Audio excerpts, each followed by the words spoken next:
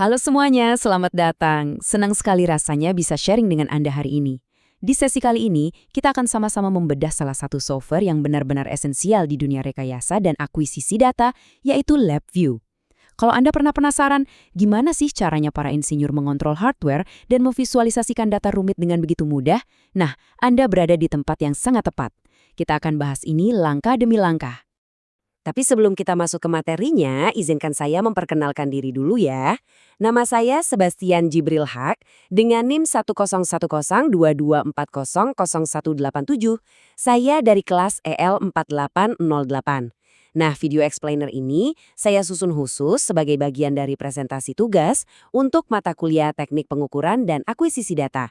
Tujuan saya hari ini simpel. Saya ingin mengubah materi teknis yang mungkin terlihat rumit menjadi sesuatu yang gampang dipahami dan pastinya menarik untuk kita pelajari bersama.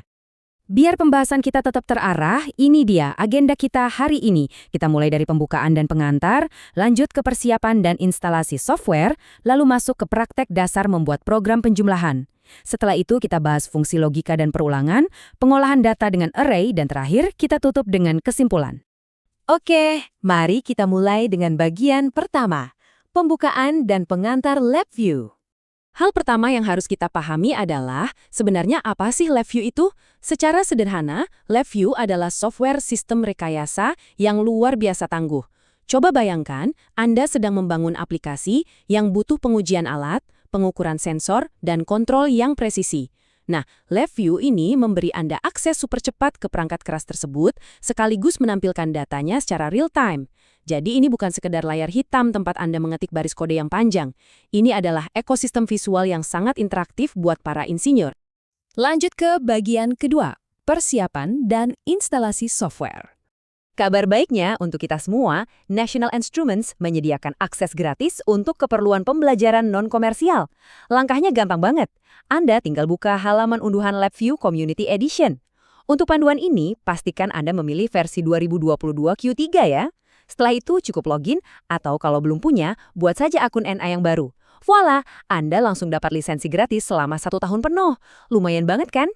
Nah, saat instalasi berjalan, perhatikan baik-baik bagian ini. Ini sedikit tips pro yang akan sangat menghemat waktu Anda. Nanti akan muncul jendela dengan banyak sekali kotak centang untuk toolkit tambahan. Saran saya, langsung saja klik tombol di Select All di bagian bawah. Kenapa? Karena untuk materi dasar ini, kita tidak butuh toolkit ekstra tersebut. Mengabaikannya akan bikin proses instalasi berjalan jauh lebih cepat. Tenang saja, Anda selalu bisa menambahkannya nanti kalau memang butuh. Sekarang kita masuk ke bagian ketiga, praktek dasar, yaitu membuat program penjumlahan. Saat Anda pertama kali membuat sebuah virtual instrument atau VI baru di LabVIEW, Anda akan langsung disambut oleh 2 jendela utama. Ini adalah konsep inti yang wajib Anda pahami. Jendela pertama disebut blok diagram yang latar belakangnya putih.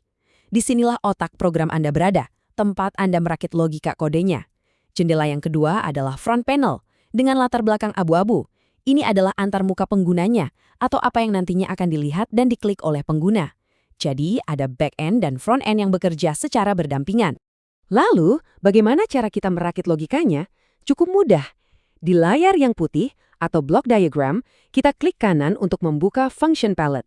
Kita pilih fungsi penjumlahan atau add, lalu tambahkan numeric constant untuk memasukkan angka tetapnya. Nah, bagian serunya ada di sini.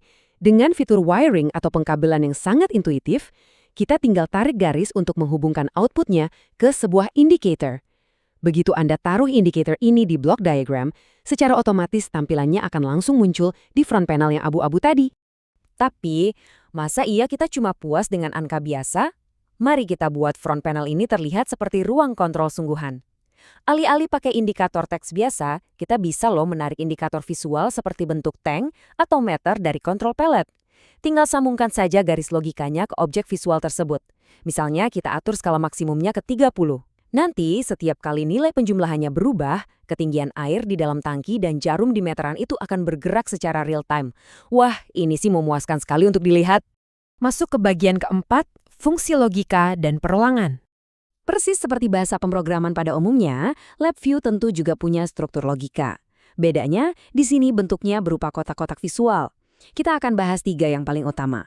Pertama, case structure, untuk mengambil keputusan benar atau salah. Kedua, flat sequence untuk mengatur eksekusi langkah demi langkah, dan ketiga, for loop kalau kita mau melakukan sesuatu secara berulang-ulang. Coba Anda perhatikan dua gambar ini. Ini yang namanya case structure. Sederhananya, kotak ini akan mengeksekusi perintah di dalamnya berdasarkan kondisi yang kita berikan. Di gambar kiri, kalau kondisi A lebih besar dari B, itu true alias benar, maka teks A lebih besar dari B yang akan muncul di layar. Tapi kalau kondisinya false atau salah seperti di gambar kanan, dia akan mengeksekusi instruksi yang berbeda. Jadi ini benar-benar otak pengambil keputusan di program yang Anda buat. Selanjutnya, mari kita lihat flat sequence. Di dunia nyata, seringkali kita harus menunggu satu proses selesai sebelum proses lain dimulai kan? Misalnya, buka keran air dulu, baru nyalakan pompanya. Nah, flat sequence yang bentuknya mirip roll film analog ini memaksa program untuk mengeksekusi perintah dari ujung kiri ke ujung kanan secara berurutan. Di contoh ini, kita juga tambahkan fungsi delay atau wait selama 1000 milidetik. Artinya, kita memberikan jeda 1 detik di antara setiap operasi matematika, rapi dan terstruktur. Oke, sekarang kita bahas satu komponen yang sangat krusial, shift register. Pernahkah Anda bingung bagaimana caranya sebuah perulangan itu bisa mengingat hasil dari putaran sebelumnya? Nah, ini dia jawabannya. Shift register ini murni berfungsi sebagai memori. Dia menangkap nilai di akhir sebuah loop, menahannya sebentar, lalu melempar nilai itu kembali ke awal loop untuk diproses di putaran berikutnya. Anda bisa melihat cara kerjanya langsung di diagram ini. Perhatikan panah kecil di sisi kiri dan kanan pada kotak for loop itu. Nilai awal masuk dari kiri, diproses di dalam, di sini nilainya ditambah 1, lalu dikirim ke panah kanan. Di putaran berikutnya, loop akan mengambil nilai yang baru saja ditambah itu dari panah kiri lagi. Mekanisme ini sangat sempurna kalau kita mau bikin penghitung atau counter otomatis yang nilainya terus bertambah setiap detik. Kita beranjak ke bagian kelima, pengolahan data dengan array. Kalau bicara soal array, LabVIEW punya koleksi fungsi yang sangat lengkap. Dari satu kumpulan data array seperti yang terlihat ini, kita bisa langsung membedahnya. Kita bisa pakai array size untuk tahu persis berapa jumlah total data yang kita punya. Terus, kita bisa pakai index array untuk mengambil nilai di urutan tertentu. Atau kalau mau cepat mencari nilai tertinggi dan terendah dari seluruh data, tinggal gunakan saja fungsi max and min. Sangat praktis? Dan hebatnya, itu baru permulaan loh. Anda juga bisa memanipulasi data yang sangat banyak ini dengan gampang. Mau mengurutkan data acak dari nilai terkecil ke terbesar? Cukup pakai fungsi sort 1D array. Atau perlu mencari satu data spesifik di antara ribuan entry? Ada search 1D array. Semua fungsi yang terdengar rumit ini di LabVIEW cuma berbentuk balok-balok ikon sederhana. Anda tinggal tarik kabel visual untuk menyambungkannya. Akhirnya, kita sampai di bagian ke-6, kesimpulan dan penutup presentasi. Jadi, mari kita rekap apa saja yang sudah kita pelajari hari ini. Kita sudah berhasil melewati proses instalasi dengan lancar.